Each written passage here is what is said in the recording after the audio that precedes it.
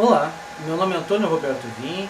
Estamos no dia 12 de dezembro, 12 de 12 de 2016. E a proposta de hoje é falarmos sobre a questão da delação premiada da Odebrecht. Que eu vou fazer um enfoque que possivelmente pouca gente deve estar pensando igual. Para variar, eu faço abordagens que normalmente não vão para a imprensa, né? Então, argumentos, raciocínios que normalmente não são discutidos, não são propostos. Porque eu tenho uma visão, eu vejo a coisa de uma forma diferente. Eu não vejo aquilo que me mostram, eu vejo aquilo que deixam de me mostrar. Muitas vezes a gente é treinado exatamente para esse tipo de situação. No meu caso, da faculdade, bacharelado em Ciências Políticas, primeira turma nacional, e as experiências de vida que eu acabei tendo fizeram com que eu fosse treinado exatamente para ver o que as pessoas deixam de me dizer. Não o que elas me dizem, mas o que elas me omitem. Eu consigo fazer isso. E isso acaba se tornando uma qualidade em alguns momentos, uma vantagem em alguns outros e desvantagem em outros momentos. Porque a gente sofre mais. A gente sofre por antecipação. O que você sofre, pode ter certeza, eu sofro muito mais. Porque eu sinto mais e eu percebo mais as coisas. E além disso, eu percebo o que vocês dizem assim, mas não tem capacidade de fazer alguma mudança. Pior que eu vejo as mudanças, a condição que elas poderiam ter, e eu percebo que a dificuldade que é das pessoas, o tempo que isso leva para as pessoas entenderem ou aceitarem, se é que vão querer aceitar ou não, e às vezes eu vejo a resistência delas, eu sei que isso pode demorar dias, meses, semanas, anos, às vezes décadas, e talvez nem aconteça. Talvez eu e tu não vejamos, os nossos filhos e netos pode ser que vejam, se a gente começar a agir agora. Então eu sofro muito mais do que vocês, pode ter certeza, mas eu faço a minha parte, continuo fazendo, né? Mesmo sabendo que isso pode ser muitas vezes utópico, eu sei que isso não é uma quimera, porque eu estou fazendo a minha parte para que vocês possam acordar diante desse processo todo, e com esses meus vídeos, com essas minhas informações, pode ser que muita gente perceba a importância de se discutir política no Brasil, e amanhã depois a gente tem um futuro melhor. Alguém tem que começar. Ah, por que tu, Antônio? Tá, por que não eu? Pelo menos eu estou tentando. Pior é que antes de mim não tinha ninguém fazendo esse tipo de coisa. Fazem esse tipo de coisa, mas fazem com sofismas, fazem alterando filosofias, invertendo valores, não fazendo do modo que eu estou tentando propor aqui, que é um modo diferenciado. Tá? Então, agora o argumento, a lógica seria a questão da Odebrecht, o tema da Odebrecht. E a Odebrecht tem 298 nomes que colocaram para questionar políticos da direita e do governo, né?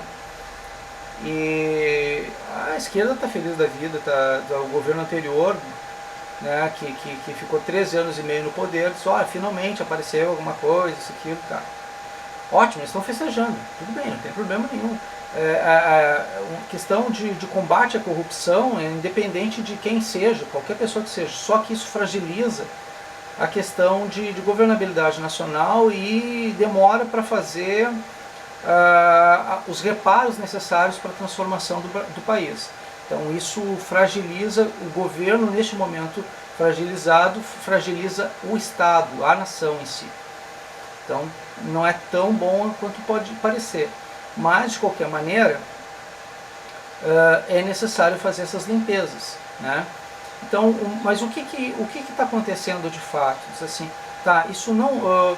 porque assim, muitas dessas delações, vocês podem pensar, Antônio, eles disseram que não tem, que é tudo falso, que essas doações foram legais, foram legítimas e foram definidas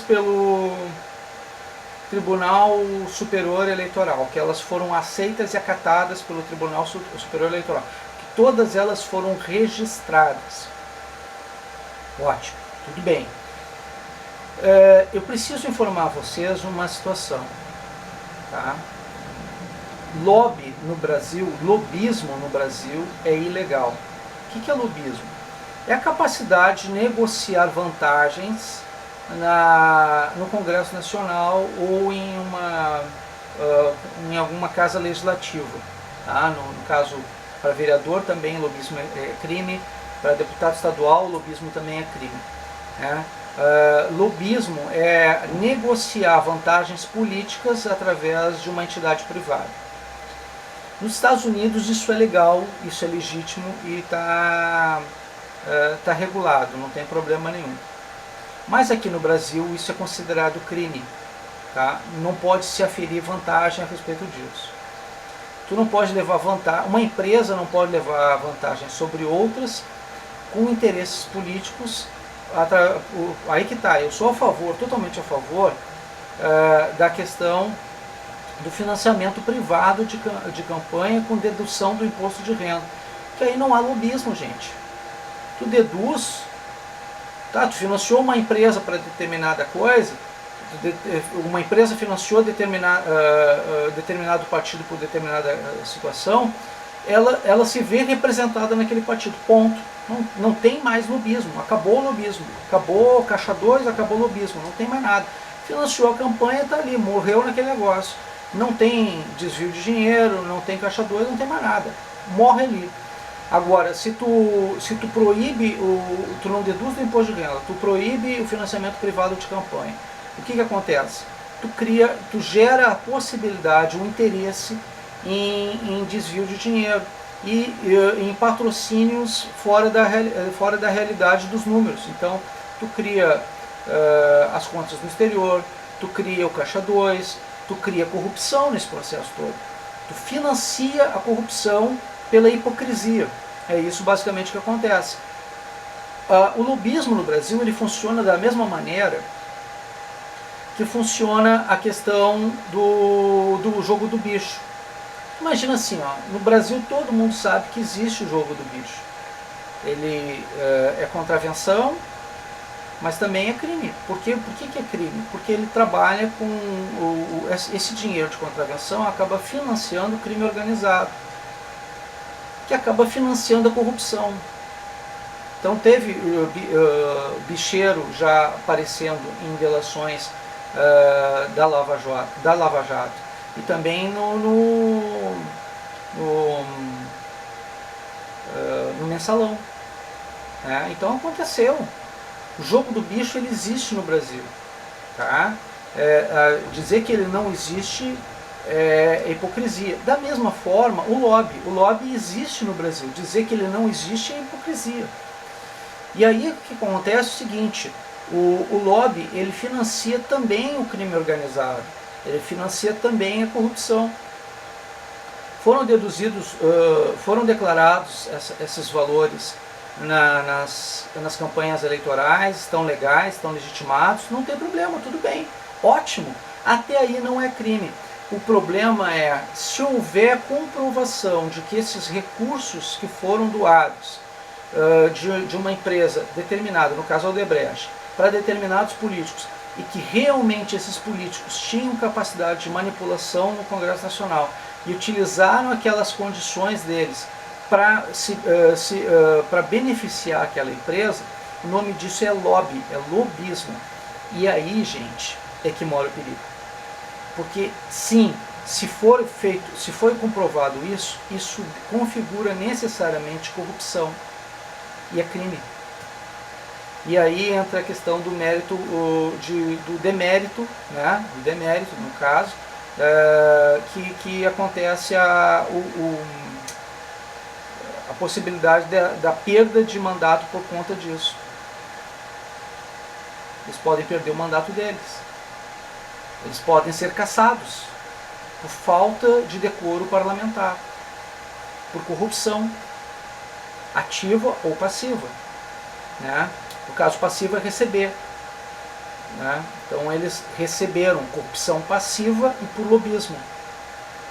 Então vocês até agora não entendiam, tá, tudo bem, como é que acontece essa questão da corrupção desses grupos, isso aqui foi um processo de lobismo com corrupção passiva. Então existe sim crime nesse processo. E eles vão provavelmente ser punidos a respeito disso também.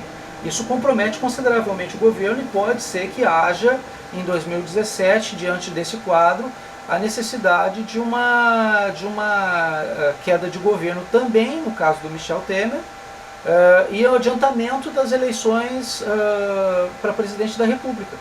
Talvez até uma intervenção por conta dessa situação, porque se estiver envolvendo diretamente Michel Temer e for comprovado isso, a necessidade talvez até da extinção não só do PT, como talvez do PMDB, se for comprovado a corrupção endêmica do partido e o envolvimento direto das contas do partido com esse processo.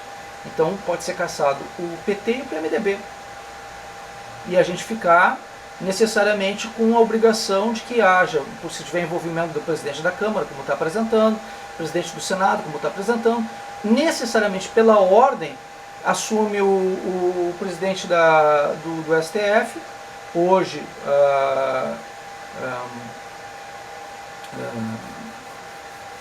a ministra, né? E aí a gente pode fazer a nova eleição para presidente. Ela vai convocar, por uma questão de ordem pública, ela provavelmente vai convocar as forças militares. Aí sim entra uma intervenção militar. Em 2017. É possível que aconteça isso. Se prenderem Lula, então mais obrigação ainda para esse tipo de coisa acontecer. Porque aí o conflito de guerra civil pode acontecer. Tá? Então tudo isso em 2017. Vocês achavam que 2016 estava pesado, que estava isso aqui? Em 2017 a coisa vai ser pior. O cenário esse que está sendo criado agora, tá? É um cenário, e ainda tem assim, ó, o que são 298 nomes, não é? Tá. Desses 298 nomes, muitos podem ser realmente iniciativa privada e aí não ter realmente nada questão que tenha influência diante da questão do lobby. Mas digamos que tu tenha realmente a comprovação de que existam políticos que tinham poder e que tinham envolvimento nesse negócio. O que acontece? Corrupção passiva e lobby. Eles podem perder o mandato, serem caçados e até serem presos. Isso na parte desses políticos.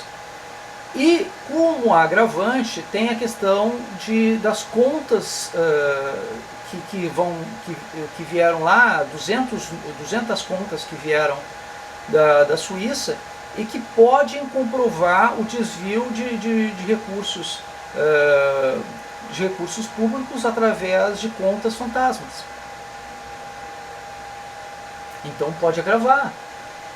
E aí sim comprovar muitos desses casos. Gente, nomes que nem estão ainda nessa lista do Odebrecht podem aparecer. E as comprovações dos que já estão confirmar. Então realmente, assim, pode ser de 200 a 298 a 498, quase 500 nomes. Ou não. Pode ser de 500 a 200 nomes.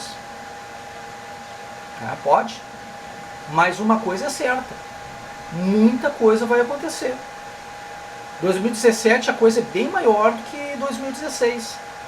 Eu achava que tinha resolvido tudo, que 2016 já tinha acabado. Não sei se não. 2017, véspera de ano eleitoral, podem 2 partidos serem extintos, 2 ex-presidentes no mínimo serem presos, se não 3. Tá? Governadores ainda podem ser presos, outros, tantos quantos, né? Deputados federais, senadores, gente pesada, coisa séria. E aí os partidos extintos, como é que vão fazer? Quem é que vai ficar no lugar deles?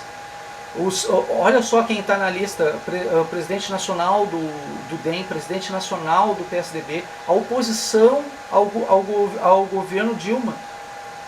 E aí a esquerda vai voltar ao poder? Pois é, né? E aí quem vai ficar no lugar deles? Qual alternativa que nós vamos ter? Quantos candidatos à presidência da República reais nós vamos ter? Nas vésperas de um ano eleitoral, um cenário desses para o nosso país. 2017 é muito mais quente do que 2016. Vai ferver. Tá? Então o cenário que está se criando hoje para 2017 com essa delação da Odebrecht foi este. Realmente existe corrupção nesse processo e o cenário que vai se criar é muito mais amplo. Pode ser que alguma coisa durante as férias modifique alguma coisa nesse sentido, mas hoje o cenário que está criado é este. Com essas duas situações, né, a tendência é que aconteça tudo isso. Eu agradeço pela atenção dispensada.